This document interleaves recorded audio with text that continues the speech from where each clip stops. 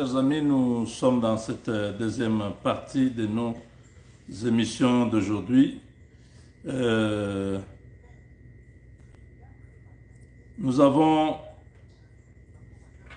suivi depuis les États-Unis qu'après les déclarations de Trump, les déclarations de Trump à la télé, vous avez maintenant le sénateur Cory Booker, qui est aussi maintenant très favorable. Il a été sur une chaîne, je crois que c'est sur CNN, ce démocrate a aussi parlé vraiment positivement. Cory Booker est revenu sur la RDC.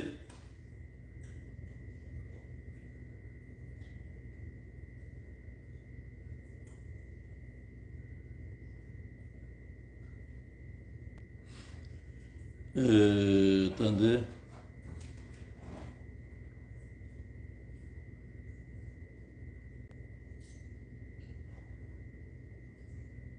Bon, la vidéo, je n'ai pas ça ici. Next, Democratic Senator Cory Booker joins us. He is a member of the Foreign Relations and Judiciary Committees. And Senator, I very much appreciate your time. So, you know, look, it's low-hanging fruit, as I would say, when you look at what President Trump has said in the past about Qatar and Saudi Arabia. He has said... Donc, c'est celui-ci que vous venez de voir là. Cory Booker, il est très favorable pour les deals avec la RDC. C'est un démocrate, c'est des gens qui sont toujours contre ce que Trump fait, mais pour une fois, ils ont compris que les deals de la RDC, ce n'est pas démocrate ou républicain, c'est une question de l'existence des États-Unis. Laisser la RDC entre les mains des Chinois, les États-Unis vont continuer à sombrer. Donc, ils ont compris, Donald Trump l'a dit clairement, que le président de la RDC, c'est un homme bien, un homme respectable. D'ailleurs, il m'a félicité pour avoir arrêté la guerre. Donc, une guerre qui a tué plus de 6 millions de personnes. Et d'ailleurs, tous mes gars sont venus me dire qu'il a décidé, il n'a pas besoin de travailler avec les Chinois, il n'a pas besoin de travailler avec les Russes, il veut travailler avec les États-Unis. Donc, c'est nous qui allons développer les minéraux de la RDC. Vous voyez, cette déclaration-là a déclenché un nouveau mouvement dans la classe politique américaine, que ce soit les gens de la gauche ou de la droite. Ils n'ont pas de choix, ils ont trouvé que c'est le moment. Il faut que les entreprises américaines fassent le business avec la RDC. Il faut sécuriser ce pays-là, il faut mettre fin à la guerre. Nous avons expliqué ces choses depuis presque 6 ou 7 ans. Je vous ai toujours dit que les démocrates, là, c'était eux notre malheur.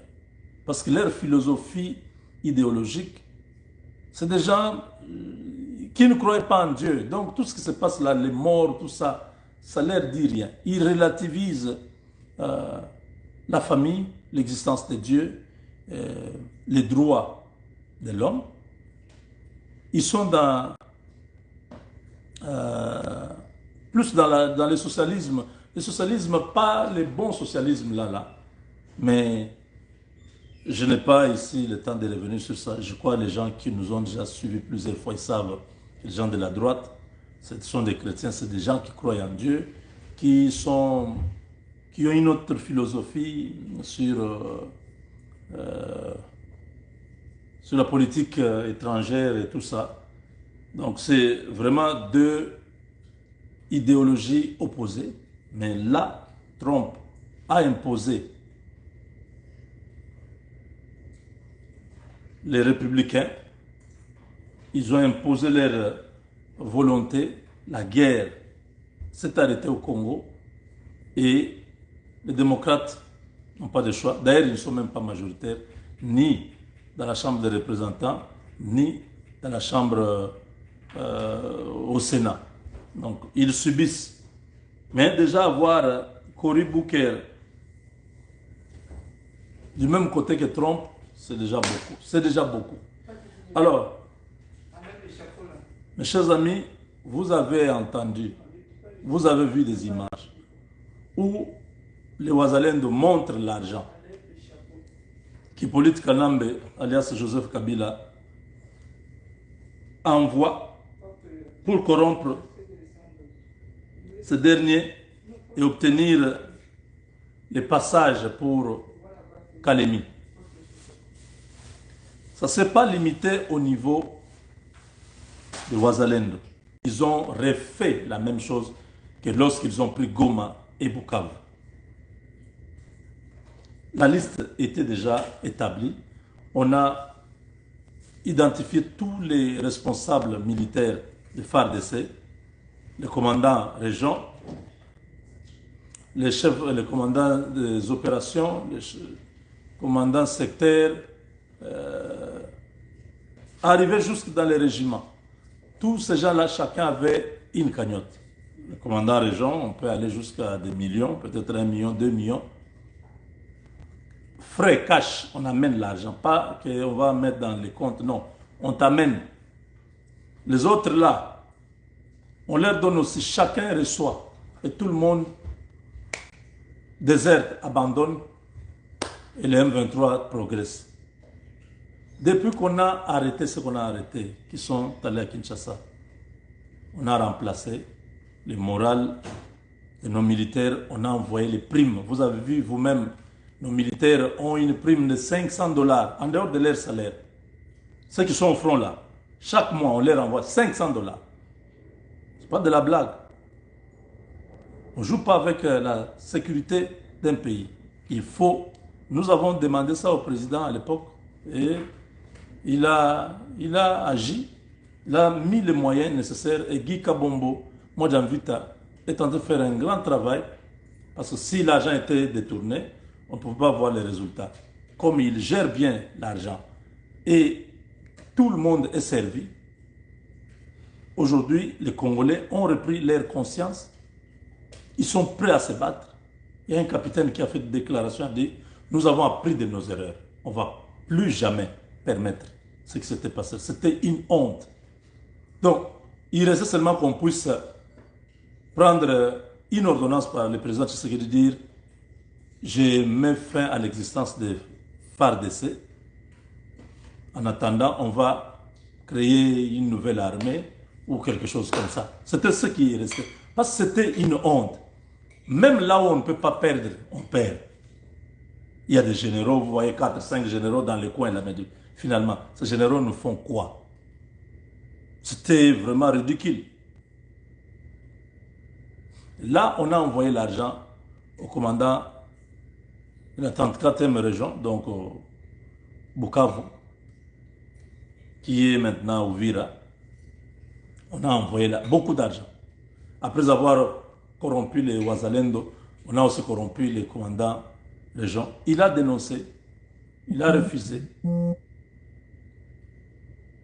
Hippolyte Kanambe est allé à Bukavu, ce n'était pas pour les consultations, non. C'était pour qu'il puisse s'assurer qu'il a corrompu tout le monde, l'argent, tout le monde a reçu l'argent. Maintenant, le go peut être donné, les verrous de Vira peut s'ouvrir pour qu'ils avancent. Parce que dès qu'ils atteignent Kalemi, c'est le Grand Katanga qui est en danger et qui peut tomber. Parce que là-bas, vous avez plein de traîtres. Là-bas, vraiment, il n'y a même pas les Ouazalendo là-bas. Le Sud Kivu a bloqué la progression grâce aux Ouazalendo. Les Yakutumba et les autres, tous ces mouvements-là, ils sont là. Ils ont dit, c'est chez nous ici. On ne va pas permettre que ce gars puisse passer. Donc vous voyez, mais s'il arrive au Katanga, il n'y aura pas de Ouazalendo. Donc là, ils vont passer vers les Kasaï.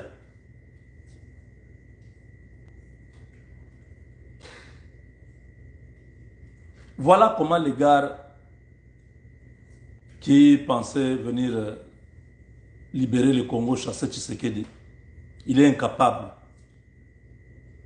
avec ces petits mercenaires terroristes rwandais-là, a progressé. Il faut corrompre. Parce que les gens ont eu l'impression que notre armée n'était pas capable de se battre. Non, notre armée était capable de se battre, mais ils ont été trahis par les dirigeants de l'armée, des gens corrompus, qui ont cédé des villes à l'ennemi. C'est comme ça qu'il fonctionne.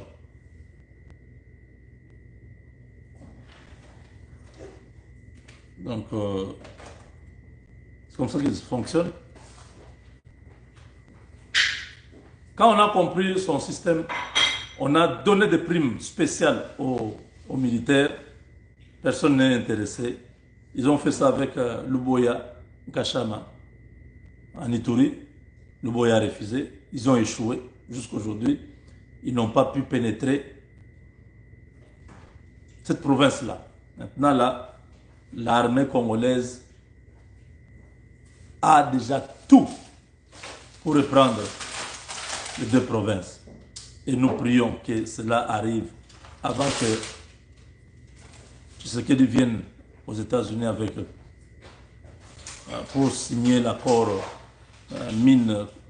minerai contre infrastructure et sécurité.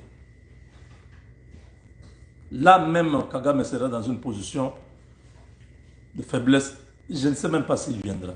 Je ne sais même pas s'il sera encore au pouvoir. Parce que même en Europe, les opposants rwandais ont maintenant la force de manifester. Ils étaient, je crois, aujourd'hui ou hier, en train de manifester devant le Parlement européen. Je dis, ça commence.